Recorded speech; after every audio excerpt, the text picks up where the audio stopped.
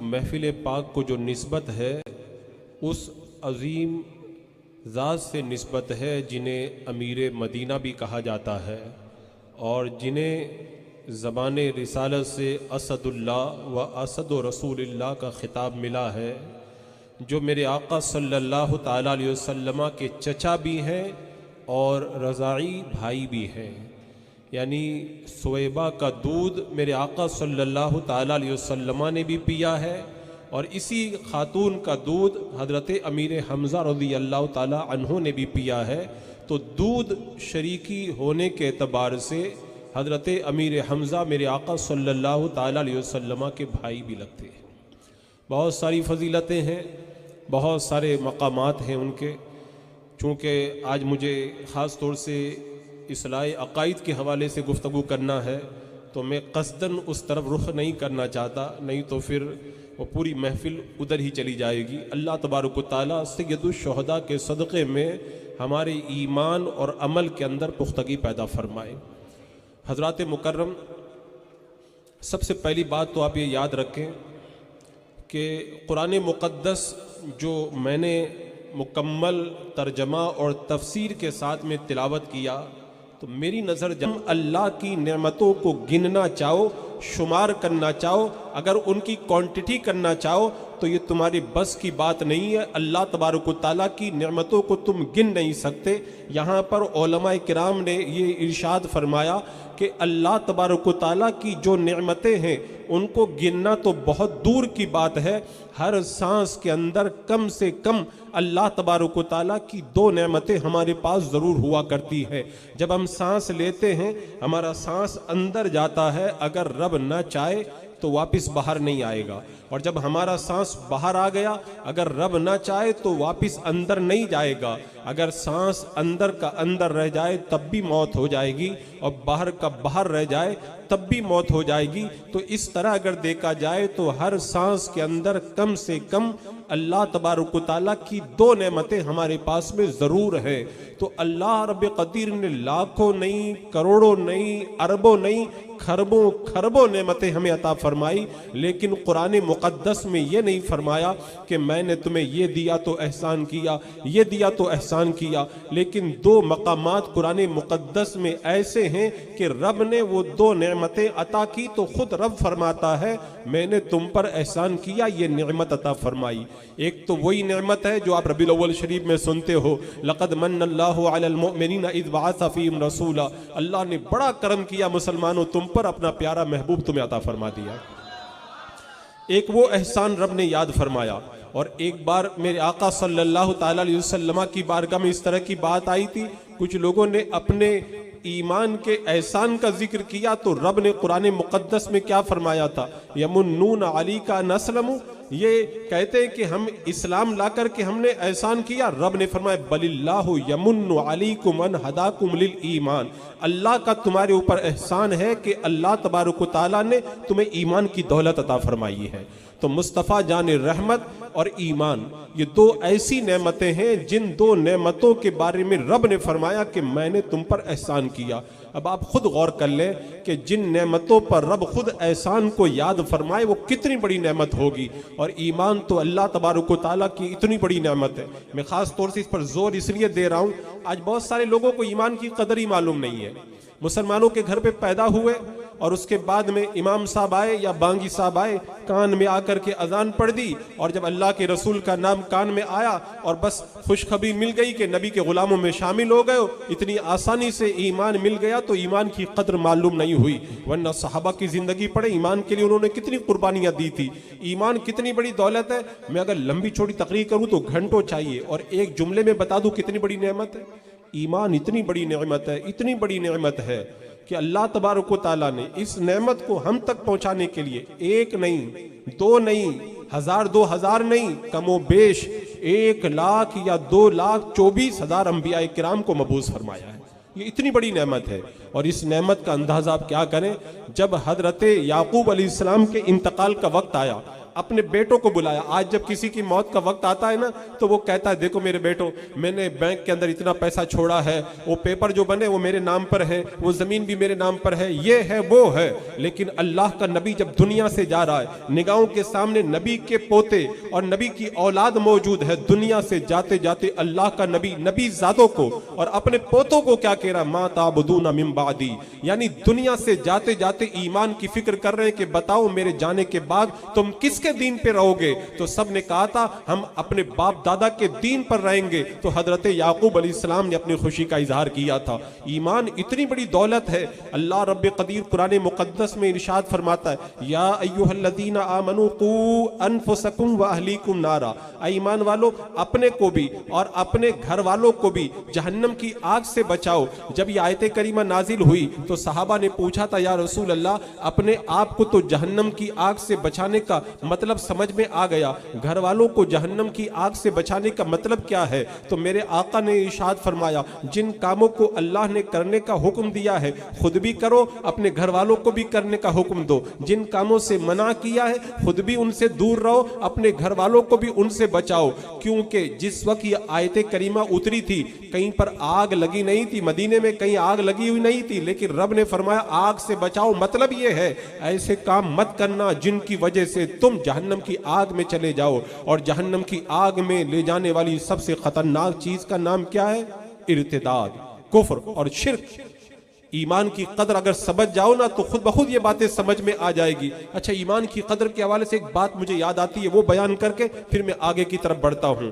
अगर दुनिया के अंदर कोई बादशाह है, पूरी दुनिया की हुकूमत उसके कब्जे में है, सोने चांदी के खजाने हैं, खूब तंदुरुस्त है, बड़ा हसीन व जमील है, बहुत ताकतवर है, बेशुमार इज्जतें हैं, लेकिन अगर उसके पास ईमान की दौलत नहीं तो वो किसी भी तरह कामयाब नहीं, इधर मरेगा उधर जहन्नम के अंदर चला जाएगा। दूसरी तरफ फुटपाथ पे लेटने वाला एक गरीब आदमी है, कपड़े भी फटे हुए हैं, सूखी रोटी पे गुजारा है, खाने के लिए कुछ मिलता नहीं है, कोई पूछने वाला नहीं है, लेकिन ईमान की दौलत उसके दिल के अंदर है, तो उस पूरी दुनिया के बादशाह से ज्यादा इज्जत वाला ये है, इसलिए कि वो मरेगा तो सीधा जहन्नम में जाएगा और इधर इसकी रूह निकलेगी, अल्लाह उसे जन्नत अता फरमा देगा।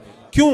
ईमान की वजह से। ईमान इतनी बड़ी दौलत है और मेरे आका सल्लल्लाहु ताला अलैहि वसल्लम ने इस दौलत की हिफाजत के लिए कितनी ताकीदें फरमाई। ऐ जोगेश्वरी के खुश अकीदा मुसलमानों, आज जो फितनों का दौर है ना, जिस तरह से फितने उतर रहे ना, मेरे आका अलैहिस्सलाम ने बहुत पहले बता दिया था। आज हमारे नौजवानों के ईमान पर डाका डालने के लिए किस कदर ईमान के लुटेरे दनदनाते फिर रहे, अभी उसकी कुछ मिसालें मैं आपके सामने रखूंगा। मेरे आका सल्लल्लाहु ताला अलैहि वसल्लम ने फरमाया था कि अच्छे काम कर लो उन फितनों के आने से पहले जो अंधेरी रात के टुकड़ों की तरह होंगे, जिनमें बंदा सुबह के वक्त में मोमिन होगा तो शाम में काफिर हो जाएगा, शाम में मोमिन होगा तो सुबह में काफिर हो जाएगा। इसकी बहुत सारी मिसालें आज हमारी निगाहों के सामने है। मैं कहता हूं नौजवानों को छोड़ो, औरतों को आप छोड़ो, मैं कहता हूं बूढ़ों को छोड़ो, मैं छोटे छोटे बच्चों को देख रहा हूं, सुबह में मुसलमान होते शाम में काफिर हो जाते, शाम में मुसलमान होते सुबह में काफिर हो जाते। एक मिसाल देकर के बताऊं,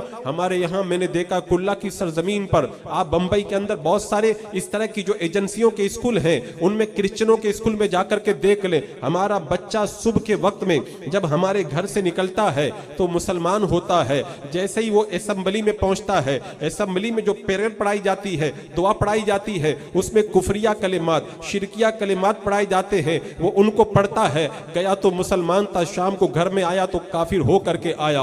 अब शाम के वक्त में अगर उसने कलमा पढ़ लिया तो मुसलमान तो हो गया, दूसरे दिन फिर जब स्कूल में जाता है वही प्रेयर के अंदर, असेंबली के अंदर कुफरिया कलिमात पढ़ता है, शाम में जब आता है तो काफिर हो करके आता है। ये एक मिसाल आपको झंझोड़ देने के लिए काफी है।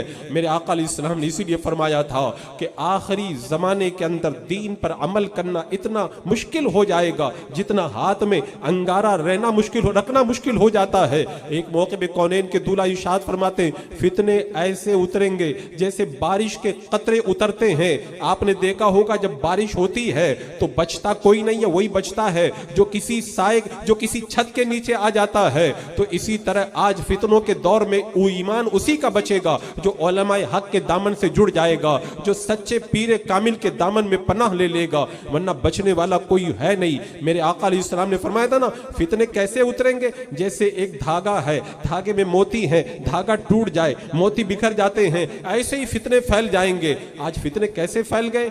आपने कभी सोचा था? कभी आपने सोचा था किसी बद मजहब की तकरीर सुनने आप जाएंगे? क्या कभी आपने सोचा था किसी बद मजहब को तकरीर करने के लिए अपने जलसे में आप बुलाएंगे? क्या कभी आपने सोचा था आपके घर में कोई वहाबी तकरीर करने आएगा, आपके घर के अंदर कोई गैर मुक़ल्लिद तकरीर करने आए? बड़ा तेज होगा। मेरे आका फरमाते उस मुनाफिक से मुझे अपनी उम्मत पर खौफ है। आज इस तरह के मुनाफिक यूट्यूब के अंदर, इंस्टाग्राम पर, फेसबुक के ऊपर और दीगर सोशल मीडिया के प्लेटफॉर्म पर बैठ करके हमारे लोगों को, हमारे बच्चों के ईमान और अकीदे पर डाका जनी कर रहे हैं, लेकिन हमारे बच्चों को इस चीज का एहसास भी नहीं हो पाता है कितनी तेजी से उन्हें गुमराहियत की तरफ लेकर जा रहे हैं। अजीजान मुकर्रम, मैं कुछ बातें इस हवाले से आपके सामने रखता हूं। कुछ नौजवान आने के बाद में कहते, हजरत उसने तो कुरान की आयतें करीमा पढ़ी थी और कुरान में अल्लाह ताला ने यह फरमाया, कुरान तो गलत नहीं हो सकता। मैं कहता हूं सुनो, कुरान तो गलत नहीं है, लेकिन कुरान का उसने जो तर्जमा किया वो सही है कि नहीं, उसने जो कुरान की तफसीर की वो सही है कि नहीं, उसने जो माना और मतलब बयान किया वो सही है कि नहीं। जैसे मुझे किसी ने जो है वो एक ऐसी क्लिप भेजी जिसके अंदर वो पलंबर मिर्जा ये कह रहा था कि अल्लाह तबारक व तआला कुरान मुकद्दस के अंदर इरशाद फरमाता है कि इत्तखज़ू अहबारहुम व रुहबानुम अरबाबम मिन दूनिल्लाह। इस आयत करीमा का तर्जमा करते हुए, उसका मतलब बयान करते हुए कह रहा था कि ये लोग जो गुमराह हो गए, अल्लाह तबारक व तआला ने बताया इनके गुमराह होने की वजह यह है उन्होंने अपने पादरियों को और अपने बुजुर्गों को उन्होंने रब बना लिया और उनकी बातों को मानते थे, इसलिए वो गुमराह हो गए। अब नौजवान सुनेगा कि बुजुर्गों की बातें मानते थे, अपने उलमा की बातें मानते थे, इसलिए गुमराह हो गए। कुरान में रब फरमा रहा है, इसका मतलब हमें भी उलमा की बातों की तरफ तवज्जो नहीं देना चाहिए। उस पलंबर मिर्जा ने किस कदर धोखा दिया है। आपको मालूम है, उसने कुरान की आयत करीमा आधी पढ़ी, आधी आयत छोड़ दी, उसके बाद में है वल मसीह इब्न मरियमा, यानी रब फरमाता और उन्होंने ईसा अलैहिस्सलाम को खुदा बना लिया।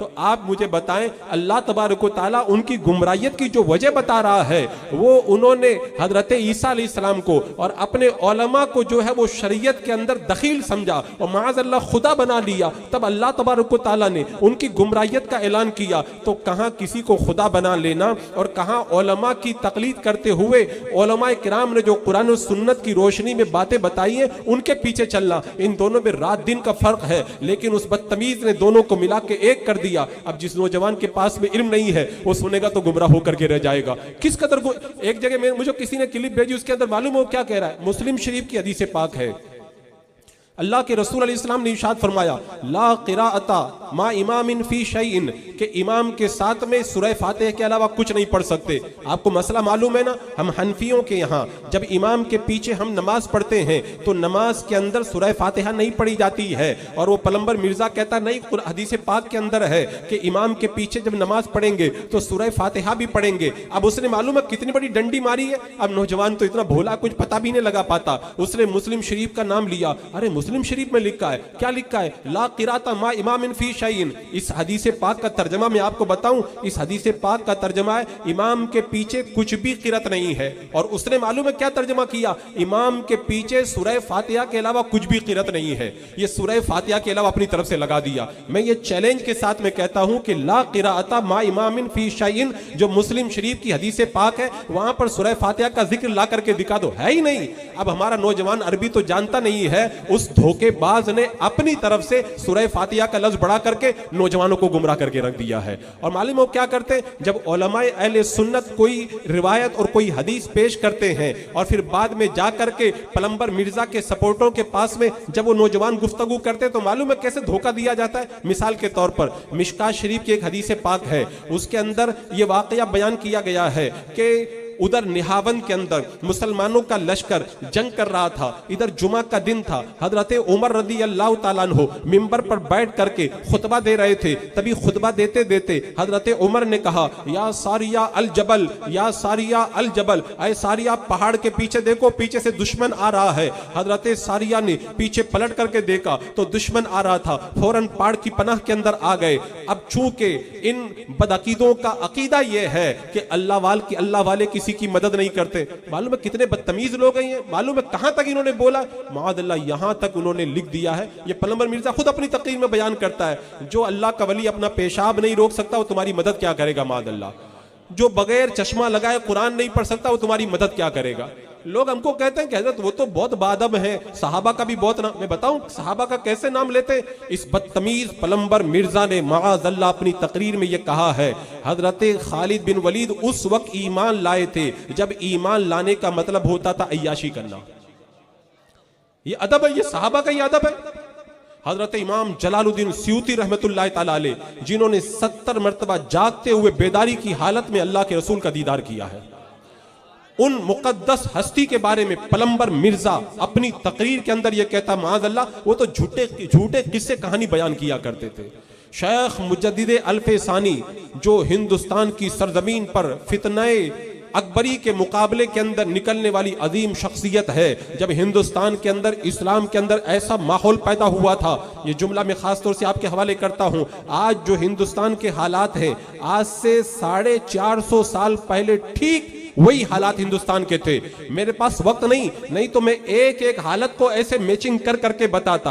आज मदरसे बंद हो रहे हैं, उस वक्त भी मदरसे बंद किए गए थे अकबर के दौर के अंदर। आज मस्जिदों को ढाया जा रहा है, उस वक्त भी मस्जिदों को ढाया गया था। आज गाय की नाम को ऐसा उजला करके दोबारा दुनिया वालों के सामने रखा कि लोग भूल गए अकबर के दौर को। तो मैं अर्ज ये कर रहा था, जिन्होंने अकबरी फितने के ताबूत में आखिरी कील ठोकी उस शेख मुजद्दिद अल्फसानी के बारे में ये मिर्जा पलंबर अपनी तकरीर में कहता बहुत बड़े फसादी थे उमादुल्लाह रब्बिल आलमीन। मेरे पास मैं इसकी बहुत सारी मिसालें, मैं ये सब चंद बातें इसलिए कह रहा हूं। उलमा की कितनी बदतमीजी वो करता अपनी तकरीरों के अंदर। उलमा की बदतमीजी करने का मतलब समझे, ताबईन का दौर आया, उस वक्त में ताबईन के सरदार हजरत मौला अली वो सहाबी भी है और उनके साथ वाले ताबईन है। उस वक्त जो खारजी फिरका था उन्होंने उन उलमा का रद्द करना शुरू किया। इमाम आजम के दौर में देखे, इमाम शाफई, इमाम मालिक के दौर में सारी तारीख पढ़ के देखे, नेचरी उलमा का रद्द करते, चकड़ालवी उलमा का रद्द करते, कादियानी उलमा, अंबिया, न जाने किन किन को क्या कहते हैं। तो उलमा का रद्द करने का मतलब आप समझे, उलमा का रद्द करने का मतलब यह है उलमा ईमान का पावर हाउस। तो ज्यादातर उलमा ने लिखा यह हदीस पाक सही है या हसन लिखा है, लेकिन ज़ईफ किसी ने। अब मेरा जो नौजवान भोला भाला नौजवान है वो कहते भाई हम तो कुछ पढ़े नहीं है, उसने बताया था वो हदीस ज़ईफ, हम दलील कैसे बनाए। मैं कहता हूं धोखे को समझो, धोखे को समझो। आपको पता ही नहीं है वो कितने बड़े बड़े धोखे दे रहा है। रफा यदैन वाला मसला आप देखें, नसई शरीफ की हदीस पाक है, नसई शरीफ की हदीस पाक। वो पलंबर मिर्जा अपनी तकरीर के अंदर वो नसई शरीफ की हदीस पाक नकल कर रहा था, तो मालूम है उसने कितनी बड़ी डंडी मारी है। मैंने बाद में पता लगाया कि वो इस्लाम 360 एप्लीकेशन से उसने ये हदीस नकल की है। ये हदीस पाक नसई शरीफ की असल के अंदर ये है कि सहाबा किराम नमाज के अंदर रफा यदैन कर रहे थे। अल्लाह के रसूल सल्लल्लाहु ताला अलैहि वसल्लम तशरीफ लाए, मेरे आका अलैहिस्सलाम ने रफा यदैन से मना फरमा दिया। तो इंजीनियर मिर्जा उस पलंबर ने, अब मैं पलंबर को मैं क्या कहूँ, अब अगर कोई डॉक्टर अगर ना हो, कसाई हो, वो ऑपरेशन करेगा तो वो क्या करेगा, मरीज का तो बिल्कुल बखिया उधेड़ के रख देगा। तो जो दीन के मामले में मालूमात ना रखता हो वो अगर दीन के अंदर दखल देगा वो तो ईमान का सत्यानाश ही करेगा माअल्लाह रब्बिल आलमीन। मालूम उसने क्या किया, इस हदीस पाक का तर्जमा और मफहूम बताते हुए क्या कहा। ये जो हदीस पाक है नसई शरीफ उसके तर्जमे में वो लिखता है, वो बयान करता है कि अल्लाह के रसूल अलैहिस्सलाम के जो सहाबा हैं वो क्या कर रहे थे, नमाज के अंदर हाथ उठा करके सलाम कर रहे थे। मेरे आका अलैहिस्सलाम ने नमाज में हाथ उठाकर सलाम करने से मना फरमा दिया। वो पता नहीं कोई दूसरी हदीस पाक थी कि नमाज में हाथ उठा करके सलाम कर रहे थे, उसको ले जा करके रफा यदैन वाली हदीस में मिला दिया और उसके तर्जमे में बयान करने लगा कि रफा यदैन से नहीं मना किया था, वो नमाज में हाथ उठा करके सलाम कर रहे थे, अल्लाह के रसूल ने सलाम करने से मना फरमाया था। ये देखो इतनी बड़ी बड़ी डंडी मारते और हमारा नौजवान समझ ही नहीं पाता है। अजीजान मुकर्रम, उसकी मिसालें तो इतनी खतरनाक। अल्लाह की नबी हजरत इब्राहिम अलैहिस्सलाम के बारे में मालूम है क्या लिखता है, वो कुरान में वाक़या 3 पारे में है। हजरत इब्राहिम अलैहिस्सलाम ने रब की बारगाह में अर्ज किया था, वही क़ाल इब्राहिम रब्बी अरिनी कैफ़ तुहिल मौता, अल्लाह तुम मुझे दिखा कि मुर्दों को कैसे जिंदा करता है। रब की बारगाह में अर्ज किया था। तो मालूम है उसका तर्जमा करते हुए पलंबर मिर्जा क्या कहता है, वो कहता है कि हजरत ईसा अलैहिस्सलाम ने, हजरत इब्राहिम अलैहिस्सलाम ने कहा था कैफ़ तुहिल मौता, बता मुझे दिखा तू मुर्दों को कैसे जिंदा करता है। आगे का जुमला बड़ा खतरनाक है, वो बदतमीज कहता है हजरत इब्राहिम अलैहिस्सलाम ने कहा था कैफ़ तुहिल मौता, तो कैफा कैसे जिंदा करता, यानी हजरत इब्राहिम अलैहिस्सलाम को शक था। अब आप तो अरबी जानते नहीं, मैं आपको बताऊं कैफा का माना वो शक कर रहा है। अरबी ग्रामर के अंदर मेरा चैलेंज है, पूरे अरबी ग्रामर के अंदर कैफा कहीं पर भी शक के लिए नहीं आता है। ये वर्ड जो है, ये लफ्ज जो है, अरबी ग्रामर के एतबार से शक के लिए आता ही नहीं है। लेकिन उसने बेचारे ग्रामर कहां पढ़े, उसने तो एप्लीकेशन खोल करके पढ़ी है, उसको क्या मालूम कि किसका तर्जमा क्या होता है। और कैफा तोहिल मौता का माना समझ ही नहीं पाया। हजरत इब्राहिम अलैहिस्सलाम का मकसद क्या था? अल्लाह मुझे यकीन है तू मुर्दों को जिंदा करता है, लेकिन मुर्दे जिंदा कैसे होते मैं अपनी आंखों से देखना चाहता हूं, मैं आंखों से देखना चाहता हूं। वो बदतमीज जिसके पास में ईमान और अकीदे की दौलत नहीं, माअल्लाह वो कहता हजरत इब्राहिम अलैहिस्सलाम को शक था, इसलिए कहा कि अल्लाह मुझे दिखा तो मुर्दों को कैसे जिंदा करता है। अरे मुर्दों को अल्लाह ताला जिंदा करता है। हजरत इब्राहिम की शान तो बड़ी बुलंद है, जोगेश्वरी के रहने वाला एक आम मुसलमान भी कभी इस बात के अंदर शक नहीं कर सकता है, शक नहीं कर सकता है। लेकिन उस जाहिल ने कह दिया कि हजरत इब्राहिम अलैहिस्सलाम को शक था, इसलिए उन्होंने अल्लाह की बारगाह में अर्ज किया और अरबी ग्रामर का जो है वो सत्यानाश उसने करके रख दिया। इतनी जो मिसालें, तो मिसालें बहुत है। एक जगह मालूम हो क्या कहता है, वमन अदल्लु मिम्मन यदउ मिन दूनिल्लाह। इसका तर्जमा करते वो कहता है कि उससे बड़ा गुमराह कौन है जो अल्लाह के अलावा किसी और से मांगे। अब उस बुद्धू को ये नहीं मालूम है कि जो यहां पे यदऊ का लफ्ज है वो मांगने के बारे में नहीं है, सवाल करने के बारे, वो इबादत के माना में है। यानी जो अल्लाह के अलावा किसी और की इबादत करे वो सबसे बड़ा गुमराह है, तो वो इबादत के बजाय करते मांगे वो सबसे बड़ा गुमराह है। तो इतने बड़े बड़े एक्सीडेंट तो वो करता है और हमारे नौजवान समझते हैं कि उसके पास तो बड़ा इल्म है। कसम खुदा की मैं पूरे दावे के साथ में कहता हूं, पलंबर मिर्जा के अंदर इतनी मजाल नहीं है कि किसी अल्लामा दहर नहीं बल्कि उलमाए अहले सुन्नत में से किसी आम आलिम के सामने बैठ कर भी वो बात कर सके। कितने उलमा ने कहा हमसे बात कर लो, बात कर लो, बात करने के लिए तैयार नहीं होता। और कुछ उलमा बगैर टाइम लिए जब पहुंच गए ना तो पुलिस को फोन करके बुला लिया। पहले तो भागता है और अगर उलमा पकड़ ले तो उसके बाद में पुलिस को बुलवा लेता है। इससे अच्छा कुछ लोग क्या कहते हैं, उसके पास तो इल्म तो बहुत है, लोग सवालात करते फौरन जवाब देता है। मैं कहता हूं आप चले जाओ, मैं आपको सवाल की पर्ची देता हूं, आप जाकर के सवाल कर लो। वो जवाब नहीं दे पाएगा। वो जवाब मालूम है कैसे देता है, जितने लोग सुनने वाले सब फिक्स हैं और उनको जो सवालात दिए जाते हैं वो भी फिक्स हैं। पूरी प्लानिंग रहती है, आज तुम ये पर्ची दोगे, आज तुम ये पर्ची दोगे। अरे मैं कहता हूं जो उलमा 100 साल 50 साल से दरसगाह में पढ़ा रहे, हमसे भी और उन बड़े उलमा से भी जब कोई पूछता है तो एक बार सोचना पड़ता है कि इसका जवाब क्या होगा। वो कभी मदरसे में गया नहीं, उसे कुछ आता नहीं और ऐसे जवाब दे रहा जैसे कंप्यूटर चल रहा है। वो पूरी फिक्सिंग होती है, वो पूरी प्लानिंग होती है और प्लानिंग के जरिए लोगों के ईमान और अकीदे के ऊपर अटैक किया जाता है। अजीजान मुकर्रम, जो कुरान और हदीस का नाम ले, अच्छा कुरान की बात बहुत सारे लोग लेकर के आ जाते हैं और पलंबर मिर्जा मालूम है क्या कहता है, अल्लाह कुरान पाक में फरमाता है वलक़द यस्सरनल कुरान लिज़िक्र, हमने कुरान को समझने के लिए आसान कर दिया। कह रहे अल्लाह खुद फरमा रहा है कुरान आसान है, तो किसी मौलवी के पास जाने की क्या जरूरत है, किसी आलिम के पास जाने की क्या जरूरत है। मैं कहता हूं कुरान आसान है, जाने की जरूरत नहीं है। तो एक बात बताएं, क्या सहाबा अरबी नहीं जानते थे क्या? तो सहाबा को हुजूर के पास जाने की क्या जरूरत थी? हजरत उमर का इल्म क्या कम था?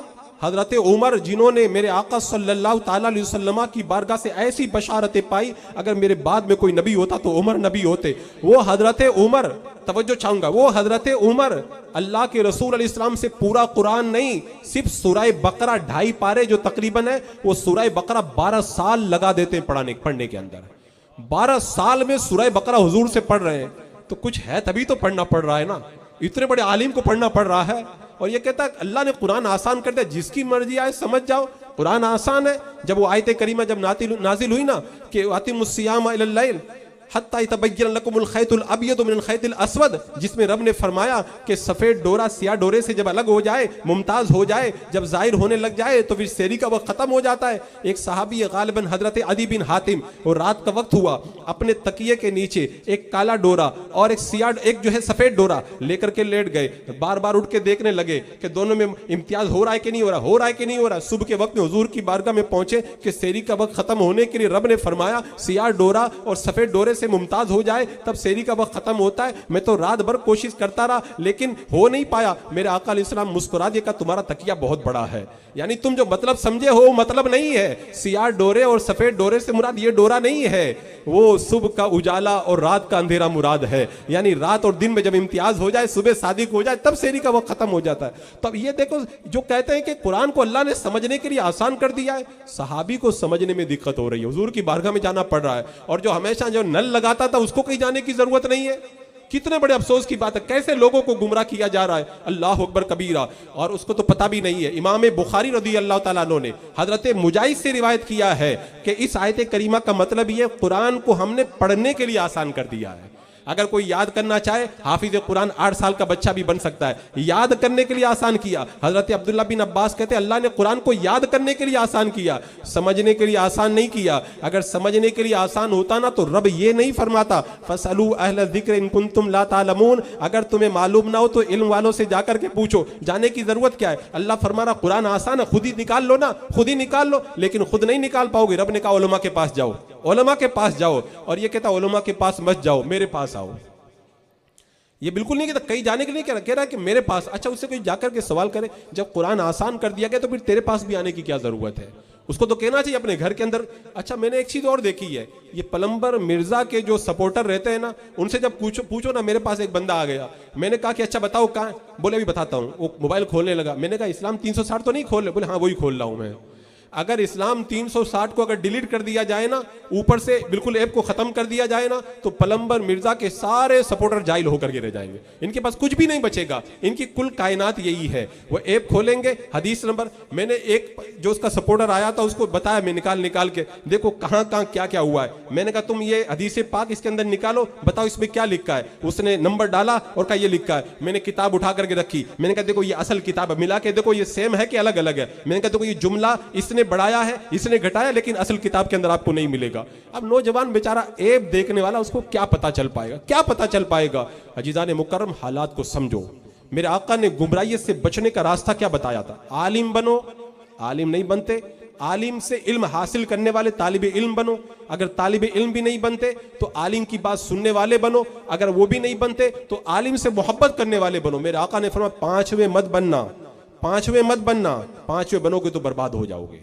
और पलंबर मिर्जा यही कर रहा है, उलमा से भी दूर कर रहा है, उलमा की बात सुनने से भी दूर कर रहा है, उलमा की मोहब्बत भी दिल से निकाल रहा है। मतलब समझ गए ना, हुजूर ने कहा था पांचवें बनोगे तो बर्बाद हो जाओगे। वो खुद भी बर्बाद है और जो उसके पास में जाता है उसको भी बर्बादी की तरफ ले जाते हुए नजर आता है। अजीजान मुकर्रम, उलमाए हक इस दौर के अंदर हमारे ईमान और अकीदे को बचाने वाली सबसे बड़ी कसौटी है। हजरात मुकर्रम, अगर उलमा के दामन से बंदा दूर हो जाए तो उसके बाद में फिर कुछ नहीं बचता है। हम फरे के बारे में आप लोगों ने सुना है ना, जब खिलाफत इस्लामिया का खात्मा करने की बारी आई थी तो हम फरे जैसा जासूस ब्रिटिश हुकूमत ने भेजा था। उसने पूरे इस्लामी सल्तनत का दौरा करने के बाद में जो रिपोर्ट दी थी और कहा था मुसलमानों को बर्बाद करने के लिए ये पॉइंट हैं, उनमें सबसे बड़ा पॉइंट ये था कि उलमा को नर्वस किया जाए, उलमा को खत्म किया जाए, ताकि उलमा से जब ताल्लुक टूट जाएगा तो अवाम को गुमराह करना बड़ा आसान हो जाएगा। और हिंदुस्तान में भी यही हुआ, रूस के अंदर भी यही हुआ। इसी तरह आप देखें करतबा की तारीख को देखें, उंदलुस की सरजमीन पर भी यही हुआ। पहले उलमा को टारगेट किया गया,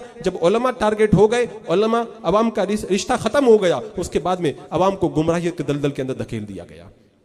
ये पूरी प्लानिंग बाज़ाब्ता तौर पर चल रही है। हमारा ईमान और अकीदा अगर बचेगा तो उलमा के दम कदम से बचेगा। मैं एक बड़ी अहम बात बताने जा रहा हूं। ये बार बार जो ये कहा जाता है ना, बार बार जो ये कहा जाता है कि कुरान और हदीस तो मौजूद है, हमें किसी के पास जाने की क्या जरूरत है। वो इंजीनियर मिर्जा भी तो बता रहा, कुरान और हदीस बता रहा है।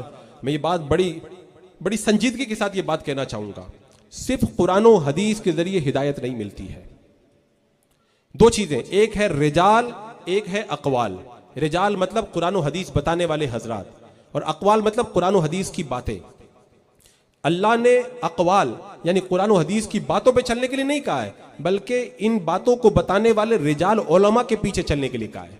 मिसालें दूं, रब कुरान में क्या फरमाता है? दुआ करो इहदिनस सिरातल मुस्तकीम। अल्लाह में सिरात मुस्तकीम पे चला।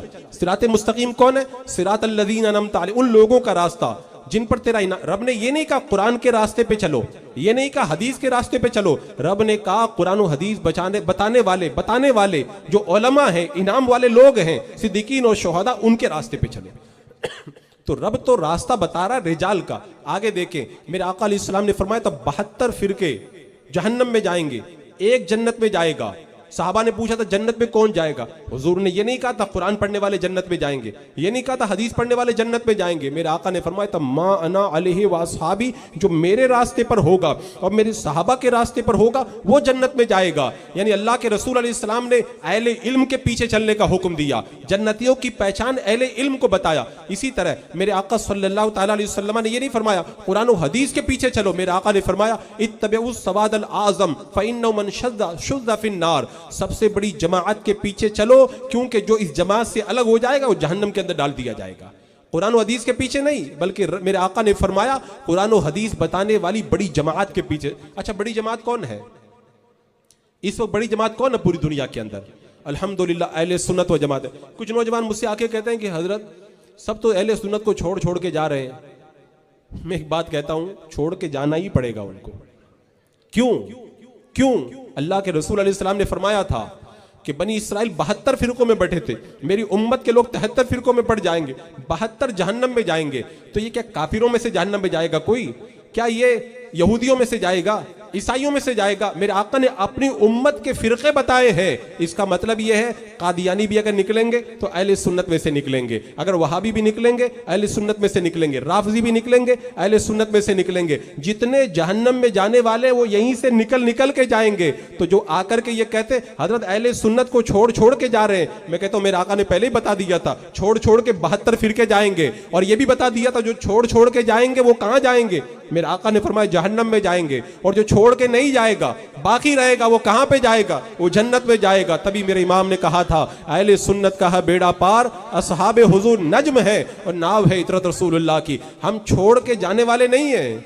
छोड़ के जाने वालों को हम देख रहे हैं कि कौन कौन उनमें 72 में जा रहा है। जो छोड़ के जा रहा है 72 में जा रहा है, और जो नहीं छोड़ रहा है वो उसी तरीके ऊपर कायम है, उसी तरीके के ऊपर कायम है। अगर कोई छोड़ के जाए ना तो परेशान मत हुआ करो, परेशान मत हुआ करो। तो मैं अर्ज ये कर रहा था कि आप देखें अल्लाह तबारक व तआला ने ऐसा तो किया कि नबी को भेजा लेकिन किताब नहीं दी, लेकिन ऐसा आपको कभी भी नहीं मिलेगा कि अल्लाह तबारक व तआला ने किताब भेज दी हो लेकिन नबी को ना भेजा हो। मतलब समझे आप लोग? सिर्फ किताब हिदायत के लिए काफी नहीं है, किताब आएगी तो नबी भी साथ में आना जरूरी है। इसका मतलब अपनी मर्जी से बंदा नहीं समझ सकता। अच्छा एक बात आप बताएं, कुर्बे क़यामत के अंदर बहुत फितने होंगे, बहुत फितने होंगे। उन फितनों के बारे में आप लोगों ने सुना है ना, गुमराहियत आम हो जाएगी। मेरे आका ने फरमाया था जैसे लोग फौज दर फौज ईमान में दाखिल हुए थे, ऐसे ही फौज दर फौज ईमान से निकलने लग जाएंगे। बताओ क्या कुरान नहीं होगा उस वक्त में? कि हदीस पाक नहीं होगी? फिर कैसे गुमराह होंगे? और गुमराहियत से बचाने के लिए इमाम मेहदी को आना पड़ेगा कि नहीं आना पड़ेगा? इसका मतलब कुरान और हदीस तना काफी नहीं है, कोई बताने वाला चाहिए। इमाम मेहदी आएंगे कुरान और हदीस बताने के लिए, तब जाकर के गुमराहियत पर लोक लगेगी। तो ये कभी मत समझना कि हम तो इल्मी किताबी हैं, इल्मी किताबी है। हमारे बुजुर्गों ने फरमाया जो किताबों पर भरोसा करके बैठ जाता है वो ठोकरे खाता है, वो ठोकरे खाता है। और जाहिर सी बात है ठोकरे खाना ही है। अरे मैं आसानी से अगर समझाऊं 2 जुमलों में तो आप समझ लें। अगर कोई डॉक्टर के यहाँ पढ़ने न जाए, खुद ही डॉक्टरी की किताब लाके घर में पढ़ के ऑपरेशन करने लग जाए तो आप क्या कहेंगे? बिल्कुल सीधी सी बात है। वहां तो आपको कोई नहीं कहता अरे भाई जब किताब में सब लिखा है तो डॉक्टर के पास जाने की क्या जरूरत है? उस प्लम्बर से जाकर के कहो कि जब किताब में सब लिखा है फिर भी डॉक्टर के यहाँ जाना पड़ता है, प्रैक्टिस करना पड़ता है, पूरी ट्रेनिंग लेना पड़ता है, तो फिर जो दीन इतना कीमती है, इतना कीमती है, उसके लिए उलमा के पास नहीं जाना पड़ेगा? बगैर आलिम के पास जाए खुद अपना मसला हल कर लोगे तो होगा वही बंदा गुमराहियत के दलदल के अंदर गिरफ्तार होगा। फितने तो बहुत सारे निकल रहे हैं आजकल। तो हमारे यहाँ ऐसे ऐसे फितने निकल रहे हैं कि उनका टाइटल देखकर लोग घबरा जाते हैं। मालूम है टाइटल कैसा लगाते? गैर मुकल्लिद टाइटल लगाते, अहले हदीस। मैं तो देख के हैरत में पड़ गया, कादियानियों ने अपने नाम के आगे अहले सुन्नत लिख करके रखा है। चकड़ालवी टाइटल लगा रहे अहले कुरान। अपनी वेबसाइट का नाम रखे इस्लामिक वेबसाइट दावत कुरान और सुन्नत। अब हमारा नौजवान बेचारा जानता नहीं है, वो हैरान होकर के रह जाता है। मैं कहता हूं टाइटल देख करके मत घबराया करो। टाइटल देखने से जो है वो मसला हल नहीं होता, पहले देखो। जैसे मिसाल के तौर पर अगर आपके पास सोना हो और कोई कहे कि ये सोना है, सोने का लेबल लगा हुआ है, कहा नहीं कसौटी पे परख के देखना पड़ेगा। ऐसे कोई टाइटल लगा करके आए ना तो बोले कसौटी है, का क्या कसौटी है? का मा अना अलैहि व अस्हाबी। मेरे आका ने फरमाया जो जन्नत में जाएगा वो मेरे रास्ते पर होगा और मेरे सहाबा के रास्ते पर होगा। जो भी गुमराह फिरका निकल करके आए इस कसौटी पे रगड़ करके देखो, अगर खरा उतरता है तो सुन्नी है और खरा नहीं उतरता है तो समझ जाओ वो जहन्नमी है। अगर इंजीनियर मिर्जा को यहाँ पे रगड़ के देखोगे ना तो वो पूरा का पूरा ही फ्लॉप होकर के रह जाएगा, कुछ भी नहीं बचेगा। उसका एक अकीदा भी तो मालूम, वो क्या करता है, कुरान की 2 आयतें होती हैं, एक आयत को बताता है, दूसरी आयत को छुपा लेता है। मालूम है क्या कहता है अल्लाह कुरान पाक में फरमाता है, आलिमुल गैब वस्समावाति वल अर्द, रब तबारक व तआला कुरान पाक में फरमाता है फला युज़िरु अला गैबी, अल्लाह ताला अपने गैब पर किसी को मुत्तला नहीं करता है। ये आयत बता देगा और उसके बाद में वो आयत छुपा लेगा, वमा हुवा अल गैबि बिज़नीन, अल्लाह के नबी गैब की बात बताने में बखील नहीं है। अब बंदा एक आयत पढ़ा है, दूसरी आयत को छोड़ दिया तो कैसे मसला हल हो पाएगा। ऐसे लोगों को गुमराह, कभी तशरीह अपनी तरफ से कर देगा, कभी तर्जमा करेगा, बीच में ब्रैकेट लगा करके अपनी बात डाल देगा, कभी पहले वाली बात को हज़फ कर देगा, बात वाली बात को बयान कर देगा, ऐसे मरोड़ मरोड़ करके लोगों को गुमराह करता है। उसकी मुझे तो ताज्जुब होता है उसके सपोर्टरों के ऊपर, उनकी अकल पर मातम करने को दिल चाहता है। तो मैं अर्ज ये कर रहा था, अभी जो फितने निकल रहे हैं ना, एक और नया फितना भी अभी निकला हमारे यहाँ। वो टाइटल की बात आई तो मैं वहां चला गया था। नाम क्या टाइटल लगाते हैं, मौलाई, हजरत मौला अली का नाम लगा। अब जाहिर सी बात है सुन्नी तो मौला अली पे जान देने के लिए तैयार है, तो जब हजरत मौला अली का नाम आता है तो कहते हैं हजरत मौला अली के नक्शे कदम पे चलो हम भी इनके साथ साथ में चलते हैं। उसको ये नहीं पता है टाइटल आजकल लगाने वाले बहुत लोग हो गए हैं। इंशाल्लाह वक्त नहीं है, इस पर मेरी मुकम्मल एक तकरीर है, टाइटल अगर कोई लगाए तो कैसे उसको पता लगाया जाता है, पूरी मुकम्मल तकरीर है। इंशाल्लाह फिर किसी मौके पे बताऊंगा मैं। ये मौलायत का टाइटल लगा करके जो लोग आ रहे हैं उनसे सबसे पहली बात आप ये कह दें, हजरत मौला अली से जो प्यार सुन्नी को है ना वो प्यार कोई नहीं कर पाएगा। और हजरत अली की शान, हजरत अली की शान जैसे सुन्नी बयान करता है ना कोई नहीं बयान कर पाएगा। अल्लाह तबारक व तआला ने हजरत मौला अली को इतने कमालात अता किए। एक मौके पे कौनैन के दूल्हा ने कहा था, हजरत मौला अली जिहाद में गए थे, मेरे आका अलैहिस्सलाम ने रब की बारगाह में दुआ की थी, अल्लाह जब तक मैं अली को न देख लूं तब तक तू मौला मुझे वफात मत देना, यानी मुझे जिंदा रखना ज़ाहिरी हयात के साथ में, जब तक अली मेरा लौट करके ना आ जाए। हजरत इमाम अहमद बिन हम्बल कहते हैं फजीलत की जितनी हदीसें हजरत मौला अली के बारे में आई है ना, इतनी किसी सहाबी के बारे में नहीं आई है। अब यही पॉइंट है समझने वाला। कुछ मौलाई सुन रहे होंगे वो कहेंगे रात में आपके मौलाना साहब खुद बता करके गए हैं, फजीलत की जितनी हदीसें हजरत मौला अली के बारे में उतनी किसी के बारे में नहीं है, तो इसका मतलब हजरत मौला अली का पहला नंबर है। बस तवज्जो चाहूंगा, 2 चीजें, फजीलत और अफजलियत, दोनों अलग अलग हैं। दोनों में फर्क मालूम है आपको क्या है? अफजलियत ये अकीदे का मसला है, फजीलत ये बाबे फजाइल में से है। अफजलियत जो अकीदा है, अकीदा साबित करने के लिए दलील कती चाहिए, उसके लिए हदीस मुतवातिर चाहिए, सही हदीस पाक चाहिए। और जो फजीलत होती है वो ज़ईफ हदीस से भी साबित हो जाती है, खबर वाइज से भी साबित हो जाती है। तो हजरत मौला अली की फजीलत में सबसे ज़्यादा हदीसें आई हैं, ये फजीलत का मसला है। और हजरत अबू बकर सिद्दीक का जो पहला नंबर है वो अकीदे का मसला है। और अकीदे में अगर खलल पैदा हो जाएगा बंदा अहले सुन्नत से खारिज हो जाएगा। और अगर फजीलत का अगर कोई इनकार कर दे, फजीलत का कोई इनकार कर दे तो वो गुमराह नहीं होगा। ये और बात है कि उस पर भी हुक्म लगाया जाएगा। तो हजरत अबू बकर सिद्दीक रज़ी अल्लाह तआला अन्हु का जो पहला मर्तबा है, जो पहला नंबर है, ये मर्तबा अकीदे का मसला है, अफजलियत का मसला है। यहां पे मैं थोड़ी तफसील करते हुए बताना चाहूंगा। असल में ये मसला मालूम है कब से शुरू हुआ है? जब अल्लाह के रसूल सल्लल्लाहु ताला अलैहि वसल्लम मक्का से चल करके मदीना में आए तो मदीने के अंदर वो अब्दुल्ला बिन सबा की ताजपोशी के लिए पूरी तैयारी हो गई थी कि बस अब तो इसको ताज पहनाएंगे, मदीने का बादशाह इसको बनाएंगे। हुजूर आ गए, और जब हुजूर आ गए तो कोई बादशाह बन पाएगा? हमने अपने बड़ों से सुना है, सारे बड़ों से बड़े मेरे आका सल्लल्लाहु ताला अलैहि वसल्लम, हमारा बच्चा भी अकीदा जानता है, ये हमारा बच्चा भी जानता है। अब हुजूर आ गए तो जब सूरज निकल आया तो फिर कौन फिर नजर आएगा? ताजपोशी उसकी खटाई में पड़ गई। बस दिल में उसने बोझ रख लिया, बदला लूंगा, और फिर झूठा ईमान लेकर के आ गया। हुजूर के ज़माने में मौका नहीं मिला। मेरे आका अलैहिस्सलाम का जब विसाल हो गया ना, सिद्दीक अकबर का ज़माना आया, मौका नहीं मिल पाया। हजरत उमर का ज़माना आया, फिर उसने कोशिश की, मौका नहीं मिल पाया। हजरत उस्मान का ज़माना आया, 6 साल तक तड़पता रहा, मौका नहीं मिला। 6 साल के बाद हजरत उस्मान के ज़माने में 6 साल के बाद मौका मिल गया। उसने सबसे पहले लोगों में प्रचार शुरू किया कि हजरत अली से प्यार करो, प्यार करो, प्यार करो। हजरत अली से कौन नहीं प्यार करता? फिर उसके बाद में देखा लोग मोहब्बत करने लगे और ज़्यादा उनके दिल के अंदर मैंने ये बात बिठा दी। तो उसके बाद में दूसरे स्टेप पे पहुंचा और कहने लगा कि हजरत मौला अली रज़ी अल्लाह तआला अन्हु ये सहाबा में सबसे अफजल है। फिर आगे स्टेप पर पहुंचा, ये अकीदा लोगों को देने लगा वो अल्लाह के रसूल के वसी हैं। और फिर अगले स्टेप पे जाके कहने लगा माज़अल्लाह खुदा उनके अंदर हुलूल कर गया है। ये बाज़ाब्ता तो प्लानिंग के साथ भी काम किया गया। ये जो आज नाम के मौलाई है ना, उसी फिक्र को आगे बढ़ाते हुए नजर आ रहे हैं, उसी फिक्र को आगे बढ़ाते नजर आ रहे हैं। आप इस बात को हमेशा याद रखना, हम हजरत मौला अली से बहुत प्यार करते हैं, बहुत प्यार करते हैं, लेकिन अगर अकीदे की बात आएगी तो क्या कहेंगे? पहला नंबर हजरत अबू बकर सिद्दीक का। तो लोग कहते इस पर इतना जोर क्यों दिया जाता है। एक जुमला और, यहां पे मुझे पता चला ईद गदीर मनाने वाले लोग भी हैं, जश्न मौलूद काबा भी मनाने वाले लोग हैं। ये बहुत अहम चीज है। नौजवान इसके अंदर कंफ्यूजन का शिकार हो जाता है। भाई हजरत मौला अली की कोई तारीफ कर रहा है, जश्न मौलूद काबा मना रहा, तो तकलीफ की क्या बात है। अगर कोई ईद गदीर मना रहा है, हजरत अली की शान बयान कर रहा है, तो इसमें तकलीफ की क्या बात है। ये नुक्ता जोगेश्वरी वालों मैं आपको समझा के जाना चाहता हूं। हजरत अली की तारीफ हम करते हैं, करते रहेंगे। हमारा सिलसिला उस वक्त तक मुकम्मल नहीं होता जब तक हजरत अली का नाम ना ले लें। मुश्किलें हल कर शहे मुश्किल कुशा के वास्ते, करबला है रद शहीदे करबला के वास्ते, तब जाकर के हुजूर तक हम पहुंचते। हजरत अली तो हमारे सिलसिले की सबसे अहम कड़ी है। लेकिन मैं जो जुमला कहने चाह रहा हूं उसको याद रखना, ईद गदीर से या जश्न मौलूद काबा से हम जो लोगों को रोकते उसकी वजह क्या है।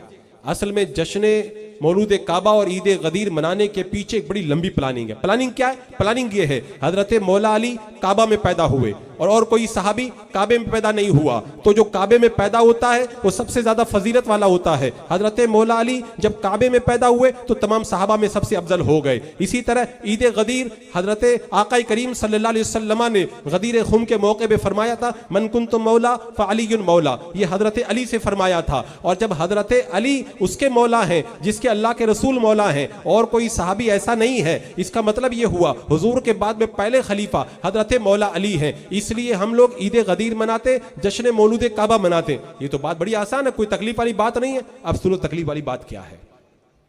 जब हजरत अली को अफजल कह दिया और हजरत अली रदी अल्लाह तआला अन्हु को हजरत सिद्दीक अकबर से भी पहले मर्तबा दे दिया, और उस नजरिए के साथ जहां तक तारीफ की हजरत अली की वहां तक तकलीफ वाली बात नहीं थी। लेकिन इन दोनों तारीफों में जो दो जुमले बढ़ा दिए ना, काबा में पैदा हुए इसलिए अफजल है, मन कुंतो मौला का इसलिए तमाम से अफजल है। ये जो अफजलियत वाला जुमला बढ़ाया उसका मालूम है नतीजा क्या निकला।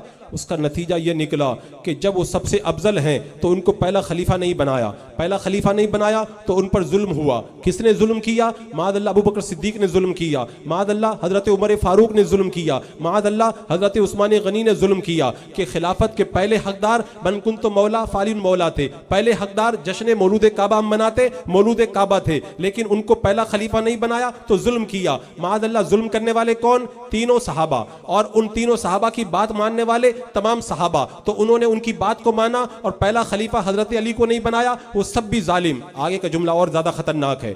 जब इन सब ने जुल्म किया, माअज़ल्लाह सब जालिम हुए, और जो जालिम होता है उसकी हदीस नहीं ली जाती है। लिहाजा इन सहाबा ने जितनी हदीसें बयान की हैं कोई हदीस काबिल एतबार नहीं है। जो जालिम होता है वो फासिक होता है, और फासिक अगर कोई गवाही दे उसकी बात नहीं मानी जाती है। उन्होंने कुरान की जो जो आयतें बताई हैं वो आयतें भी काबिल कबूल नहीं है। उन्होंने शरीयत के जो मसले बताए कोई मसला काबिल कबूल नहीं है। आप देख रहे हैं बात कहां तक जा रही है, कहां तक जा रही है। जश्न मौलूद काबा और ईद गदीर के पर्दे के अंदर कुरान का इनकार हो गया, हदीस का इनकार हो गया, शरीयत का इनकार हो गया। यानी एक जुमले के अंदर पूरे दीन की बुनियादों को ढहा करके रख दिया, पूरा दीन खत्म करके रख दिया है। इसीलिए ये लोग मालूम है क्या कहते हैं, सिर्फ सहाबा में चंद सहाबा से हदीस लेना जायज है। और कहते हैं कुरान की जो आयतें हैं ना वो 17,000 थी जो हजरत अली की शान में थी, उन हदीसों को इन्होंने हटा दिया है। पहले सहाबा को जालिम करार दिया जश्न मौलूद काबा बनाकर, ईद गदीर बनाकर, फिर उनको फासिक के जुमरे में दाखिल करके पूरा दीन जो उनसे हम तक पहुंचा था पूरे दीन को उन्होंने खत्म कर दिया। तो लिहाजा जब कभी भी कोई हजरत अली की शान बयान करते हुए कहे कि हम जश्न मौलूद काबा मनाते, ईद गदीर मनाते, उनसे एक ही बात कहना, हजरत अली की शान हमें बहुत प्यारी है, लेकिन इन दोनों ईदों के अंदर आप जो गलत अकीदा हमें पिलाते हैं उस गलत अकीदे की वजह से दीन की बुनियादें खत्म हो जाती है। लिहाजा हम इस गलत अकीदे का कभी भी सपोर्ट नहीं करेंगे। जश्न मौलूद काबा का भी रद्द करेंगे और ईद गदीर का भी रद्द करेंगे, इसलिए कि ये दोनों ईदें जो मनाई जाती हैं इसके दामन के अंदर अहले सुन्नत के अकीदे पर अटैक किया जाता है। तो कितनी बड़ी बात है। हजरत मुकर्रम इनकी अगर सारी बातें खोले तो बहुत लंबा वक्त चाहिए। बस मैं एक बात आपसे कहूंगा, इस दौर के अंदर इन गुमराहों से बचने का वही रास्ता है जो रब ने बताया, फला तक़उद बअद ज़िक्र मअल क़ौमिज़ ज़ालिमीन। रब ने फरमा दिया जब तुझे कोई बता दे, तुझे मालूम हो जाए तो फिर जालिमों के पास मत बैठना, इनसे दूरी इख्तियार करो। वही रास्ता है जो हुजूर ने बताया, इय्याकुम व इय्याहुम, खुद भी इनसे अपने आप को दूर रखो और इन्हें अपने से दूर रखो। यही रास्ता है बचने का। अगर इस रास्ते पे नहीं चलोगे तो गुमराहियत के दलदल के अंदर गिरफ्तार होकर के रह जाओगे। आज ये सब बातें हम बयान करते हैं, लोग कहते हैं ये सुन्नी मौलवी बरेली मौलवियों को और कुछ आता ही नहीं, सिर्फ यही बयान करते हैं। मैं कहता हूं अगर आपका बच्चा सर दर्द का शिकार है, आपके बच्चे को बुखार है, आपके बच्चे के पेट में दर्द है, लेकिन एक बच्चे का एक्सीडेंट हो गया है, आप बुखार वाले को देखेंगे, सर दर्द वाले को देखेंगे, पेट दर्द वाले को देखेंगे, या जिसको एक्सीडेंट हो गया उसको देखेंगे? पहले एक्सीडेंट वाले, क्योंकि सीरियस है वो। हम कहते हैं लोग नमाज भी छोड़ रहे हैं, रोजा भी छोड़ रहे हैं, इबादतें भी छोड़ रहे हैं, हम इधर तवज्जो दे रहे हैं, लेकिन हमारी तवज्जो कभी कभी हट जाती है। तो उसकी वजह यह है कि ये छोटे मरीज है, वो सीरियस मसला ईमान और अकीदे वाला, मौलाई हमारे ईमान पे हमला कर रहे हैं। इंजीनियर मिर्जा के जो फॉलोअर्स हैं वो हमारे नौजवानों के ईमान पे हमला कर रहे हैं। और मसला जब सीरियस हो जाता है तो छोटे मसाइल को छोड़ करके जल्दी सीरियस मसले की तरफ आया जाता है। और इस दौर के अंदर अगर कोई अकीदा बयान न करे ना, वो कितना बड़ा वबाल होता है। अल्लाह अकबर। अल्लामा इब्ने अकील कहते हैं, अगर तुम लोगों के ईमान का जायजा लेना चाहो ना, मस्जिदों में नमाजियों की भीड़ मत देखो, अरफात के मैदान में और मिना के अंदर हाजियों की लब्बैक मत देखो। अगर तुम्हें ईमान का पता लगाना है तो यह देखो अल्लाह उसके रसूल के दुश्मनों से दिल में नफरत है कि नहीं है। अगर नफरत है तब समझ जाओ तुम्हारा ईमान मजबूत है, और अगर नफरत नहीं है फिर अपने ईमान के हवाले से तुम्हें गौर करने की जरूरत है। मोहम्मद बिन सहल कहते हैं, इमाम करबानी की बारगाह में बैठ करके मैं हदीस पढ़ रहा था, इमाम करबानी हदीस पढ़ाते पढ़ाते बदमजहबों का रद्द करने लगे। हमने कहा हुजूर हदीस पढ़ा रहे थे, बड़ा मजा आ रहा था, आपने बदमजहबों का रद्द क्यों शुरू कर दिया? इमाम करबानी ने जलाल में आकर के कहा, मुझे बदमजहबों का रद्द करते हुए गुफ्तगू करना 60 साल हदीस पढ़ाने से ज्यादा प्यारा लगता है। 60 साल हदीस पढ़ाने से उतना फायदा नहीं है जितना बदमजहबों का रद्द करने से फायदा है। दुश्मन अहमद पे शिद्दत कीजिए, मुल्हिदों की क्या मुरव्वत कीजिए। मैं अपनी बात खत्म करने के लिए आखिरी रिवायत पेश करूं, इनका रद्द, मौलाइयों का रद्द करना कितना जरूरी है। मखदूम अशरफ जहांगीर समनानी को जानते हो कि नहीं जानते हो? कौन नहीं जानता है? अरे किसी को अगर जिन पकड़ ले तो वहां जाना पड़ता है उनकी बारगाह। वो दुनिया में थे, जब भी रूहानी इलाज फरमाते थे, आज भी रूहानी इलाज के लिए उनके दरबार में जाना पड़ता है। अच्छा, इतना बड़ा अल्लाह का वली हो जिसने हजारों लोगों को कलमा पढ़ाया हो, वो अगर बदमज़हबों का रद्द करने लग जाए तो? और आगे की बात और ज़्यादा बड़ी है। मुहर्रम का महीना शुरू हुआ, 1 मुहर्रम से लेकर 10 मुहर्रम तक हज़रत मखदूम अशरफ समनानी ने कुरान की तिलावत का दौर करवाया अपने मुरीदों से। 28 तारीख को आपका विसाल हुआ, उसके बाद में आपने हुक्म दिया मेरी कब्र तैयार करो, और कब्र इतनी बड़ी बनाना कि आराम से नमाज पढ़ सकूं। कब्र तैयार हो गई, अंदर कागज़ और कलम लेकर के गए। आखिरी वक्त में कोई छोटा मोटा काम नहीं किया, बड़ा काम किया जाता है, जो अहम काम होता है वो किया जाता है। कब्र में चले गए, आखिरी वक्त के अंदर बड़ा काम करने के लिए गए थे ना। मखदूम अशरफ समनानी की नजरें देख रही थी, आने वाले वक्त में झूठे मौलाई पैदा होने वाले हैं, वो सैयद का लेबल लगा के लोगों को गुमराह करेंगे। कहा मैं जाते जाते बता रहा हूँ। कब्र में बैठ गए। ये बात मैं कहां से बोल रहा हूँ? मखदूम अशरफ समनानी का जो रिसाला है उसका नाम है रिसाला कब्रिया, नेट पर मौजूद है, डाउनलोड करके पढ़ लेना। उस रिसाले में ये बात नकल की हुई है। कागज और कलम लेके 24 घंटा एक दिन और रात अंदर बैठे रहे, अंदर बैठ के बहुत सारी बातें लिखी, और आखिर में यह भी लिखा सहाबा में फजीलत के एतबार से मर्तबे हैं, हम इस बात का इत्क़ाद रखते हैं सहाबा में सबसे अफजल हज़रत अबू बकर सिद्दीक हैं, उसके बाद में हज़रत उमर फारूक है, फिर हज़रत उस्मान गनी है, फिर हज़रत मौला अली है। हम इसी अकीदे पर थे और इसी अकीदे पर हैं और इसी अकीदे पर रहेंगे। जो इस अकीदे के खिलाफ हो, गुमराह है, जिंदगी का उससे हमारा कोई ताल्लुक नहीं है। अपने दिल पे हाथ रख के बताओ, अल्लाह का वली दुनिया से जाते जाते कब्र में बैठ करके झूठे मौलाइयों का रद्द करके जा रहा है, और ये बता दे रहा है कि मैंने फितनों को देख करके कब्र में बैठ करके रद्द किया था। अगर अल्लाह तुम्हें भी ताकत दे तो झूठे मौलाइयों का डट के रद्द करना। जो उनका रद्द करेगा वो मेरे नक्शे कदम पर होगा, और जो उनके रद्द से भागेगा वो कभी भी सच्चा अशरफी नहीं हो सकता है, क्योंकि मखदूम अशरफ समनानी रज़ी अल्लाह तआला अन्हु ने ये रास्ता दिया है। जो सच्चा अशरफी होगा वो मेरे नक्शे कदम पर चलेगा और झूठे मौलाइयों का डट के रद्द करेगा। बेहम्दिल्लाह ताला आज भी जो सच्चे अशरफी हैं, सच्चे सुन्नी है, पक्के सुन्नी है, वो झूठे मौलाइयों का डट के रद्द करते और इंशाअल्लाह डट के रद्द करते रहेंगे। अल्लाह रब्बे क़दीर हमें सही मानों के अंदर पक्का सच्चा सुन्नी बनकर जिंदगी गुजारने की तौफीक अता फरमाए और हर तरह के गुमराहों से बचने की तौफीक दे। अस्तग़फिरुल्लाह रब्बी मिन कुल्लि ज़ंबिन व अतूबु इलैहि। अस्सलामु अलैकुम व रहमतुल्लाहि।